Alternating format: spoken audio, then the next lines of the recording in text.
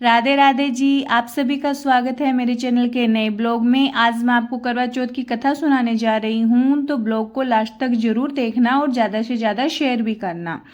एक समय की बात है, 7 भाई थे और उनकी एक लाडली बहन थी। वो भाई अपनी बहन को बहुत लाड करते थे, अपनी बहन के बगैर खाना नहीं खाते थे। तो बहन मायके आई हुई थी और उसका करवा चौथ आने वाली थी, तो उसने अपनी भाभीियों से बोला कि मुझे करवा चौथ का व्रत रखना है। भाभीियों ने मना किया कि बहन आप कि ननद बाईसा आप व्रत मत रखो। उसने बोला नहीं मुझे व्रत रखना है। उसने जिद करके व्रत रख लिया और व्रत रखने के बाद जैसे ही 6 बजे का टाइम हुआ, भाई खेत से आए और बहन को बोला कि आजो बहन हम खाना खाते हैं, क्योंकि वो अपनी बहन के बगैर खाना कभी नहीं खाते थे। बहन ने बोला नहीं, मेरा आज करवा चौथ का व्रत है, जब तक चांद नहीं उगेगा तब तक मैं खाना नहीं खाऊंगी। तो भाइयों को भूख लगी थी पर वो अपनी बहन के बगैर नहीं खाना चाहते थे। तो सबसे बड़ा भाई एक मिट्टी का टिब्बा होता है उसके पीछे जाके और एक पीछे गया, वहाँ पे एक दिया जलाया। दूसरे भाई ने चांदनी ली और बोला कि बहन आपका चांद उग गया है, तुम चांद को अर्घ देकर व्रत खोल लो। तो बहन ने अपनी भाभीियों को आवाज़ लगाई कि भाभीियों आ जाओ, चांद उग गया है और हम अर्घ दे देते हैं। भाभीियों ने बोला नहीं ननंद बाईसा आपका ही चांद उगा है, आप अर्घ दो और अपने भाइयों के साथ खाना खा लो। उसने कहा, वो भोली थी, उसने कहा ठीक है। उसने अर्घ दिया और अपने भाइयों के साथ खाना खाने बैठ गई। जैसे ही उसने पहला निवाला लिया, उसके ससुराल से बुलावा आ गया कि तुम्हारा पति बहुत बीमार है और अभी हमारे साथ चलो। तो उसने कहा ठीक है। उसकी माँ ने उसको विदा करने के लिए, कपड़े निकालने के लिए, जैसे ही पहला संदूक खोला उसमें सफ़ेद वस्त्र निकले, उसने उसे बंद किया। दूसरा खोला, दूसरे में भी सफ़ेद निकले। तीसरा खोला, उसमें भी सफ़ेद निकले। तो उसने वही वस्त्र पहनाकर उसे विदा करने की तैयारी की और उसे एक सोने का सिक्का दिया और उससे बोला कि तुम ससुराल में जाते हुए जितने भी तुम्हें लोग मिले उनके पैर छूते हुए जाना, जो भी मिले। और फिर माँ बोली कि जो तुम्हें अमर सुहाग का आशीर्वाद दे उसे सोने का सिक्का देना। उसने कहा ठीक है और वो चल दी। वो रास्ते में जितने भी उसे बड़े बूढ़े बच्चे मिले उसने सबका आशीर्वाद लिया, लेकिन उसे किसी ने भी अमर सुहाग का आशीर्वाद नहीं दिया। सबने कहा कि खुश रहो, तुम्हारे भाई भौजाई खुश रहे, तुम्हारे मायके में सब खुश रहे, फलो फूलो, लेकिन किसी ने ऐसा नहीं कहा कि अमर सुहाग हो, तुम्हारा पति खुश रहे। वो सबके आशीर्वाद लगती कि जैसे ही ससुराल में पहुंची, जब ससुराल के अंदर जाने वाली थी घर के अंदर, तो उससे उसकी नांदी मिली, यानी ननंद की बेटी छोटी थी। उसने उसका आशीर्वाद लिया तो वो बोली कि फूलो फलो अमर सुहाग हो, बेटे पोते हो, आपको संसार का सारे सुख मिले, पति का सुख मिले।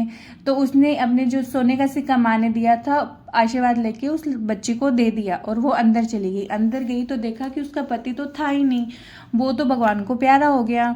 तो वो जैसे गई तो सब, उसकी सास ने उसे बैठने को जगह नहीं दी। बोली कि अब तेरा यहाँ क्या काम है, तेरा पति तो है नहीं, इसको लेके जा रहे हैं। तो उसने बोला नहीं, मेरे पति को कहीं नहीं लेके जाना, मुझे अलग कमरा दे दो, मैं उसमें मेरे पति की सेवा करूंगी। तो सब कहने लगे इसकी क्या सेवा करेगी, अब तो ये तो मरा हुआ है, इसकी कोई सेवा नहीं हो सकती। उसने कहा नहीं, मुझे मेरे पति के साथ कमरा दे दो और मुझे वहीं रहना है। तो सबने कहा पागल है पागल है। पर उसे जो घर के बाहर पहले है ना अलग से होता था जहाँ पे पशु वगैरह रखते थे, तो वहाँ पे कमरा था, उसको वहाँ छोड़ दिया। कहते ये पागल है, कोई ना उसको दे दो, कितने के दिन करेगी, खुद ही छोड़ देगी। तो उसको वहाँ छोड़ दिया। वो अब दिन रात है ना अपने पति की सेवा करती, वहीं पे रहती। फिर उसके बाद मिंगसर की चौथ आई तो उसने चौथ का व्रत किया और अच्छी विधि विधान से व्रत किया। और जब चौथ माता आई तो उससे बोला कि माँ मेरा सुहाग लौटा दो। तो उसने कहा ना मैंने छीना, ना मैं दे सकती हूँ, आगे की चौथ आई पौष मास की तो उससे तुम लेना।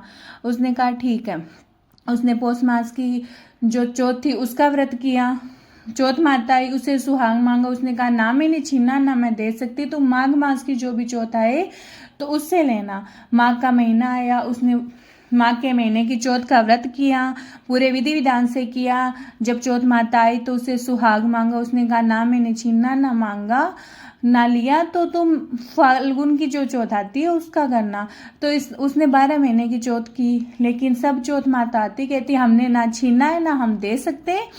लास्ट में जो चौथ माता ही बोली, जो आसोज की करवा चौथ आती है ना, करवा चौथ आएगी ना, कार्तिक मास की जो करवा चौथ आएगी ना, तो उसी ने आपका सुहाग छीना है और वो ही आपको दे सकती है। तो आप उससे लेना। उन्होंने कहा ठीक है। कहती कि जो चौथ है वो आई, गुस्से में गरजती बरसती आई, और जैसे वो उसके पास गई बोली माँ मेरा सुहाग लौटा दो।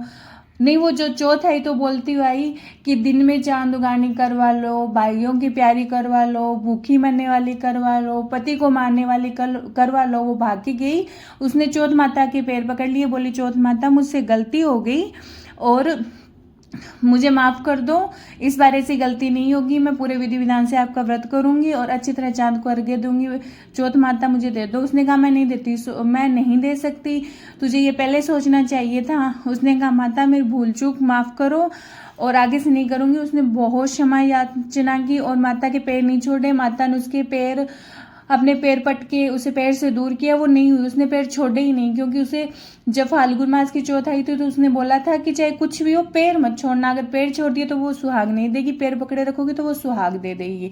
तो उसने पैर पकड़े रखे, माता ने चौथ माता ने पैर पटके उसे धक्का दिया, लेकिन वो साइड में नहीं हुई। तो चौथ माता खुश होकर और अपनी छोटी अंगुली से अपनी मांग से सिंदूर निकाला, अपनी बिंदी उतारी और हाथ की मेहंदी उतार कर उसे छोटी उंगली से छिंटा दिया, और छिंटा देते ही उसका जो पति था वो हर हर करता हुआ उठ के बैठ गया और बोला कि इस बार तो मैं बहुत लंबा सोया हूँ।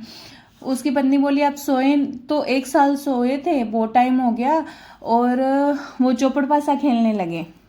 जब वो वहाँ पे अलग से रहती थी तो घर से कोई आता, उसे रोजाना खाना दे के चला जाता एक टाइम।